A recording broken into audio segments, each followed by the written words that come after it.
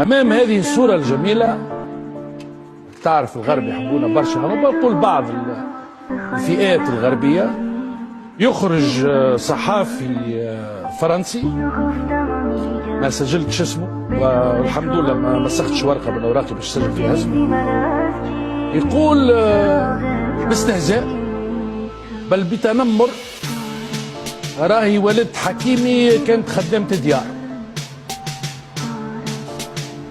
السيد هذا يحبوا يقولوا له راهو تنجم تكون ام حكيمي كانت خدامة ديار، اما راهي امرأة حرة، امرأة حرة تجوع ولا تأكل بثديها، امرأة حرة تاكل بعرقها وتربي رجال كيما حكيمي.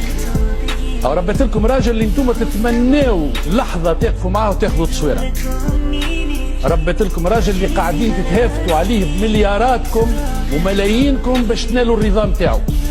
هذاك ولد المرأة الحرة هذيك، المرأة الحرة هذيك اللي حكيمي باسها في جبينها اعترافا بالشيء اللي عملته والنضال اللي ناضلته، شأنها شأن كل أحرار المغرب وكل أحرار العرب من نساء ومن رجال. السيد هذا لازم يعرف اللي احنا قوم نؤمن بقول الله تعالى: وقضى ربك ألا تعبدوا إلا إياه وبالوالدين إحسانا. والوالدين فوق روسنا، والروح البطولة ناخذوها من روح والدينا كيف يبداو راضيين علينا. احنا ما نربيوش والدينا في ليميزون دروبو كي يكبروا، وقت يعجزوا ما نعملوا لهمش الموت الرحيم، زريقه واقتل وهز ادفن.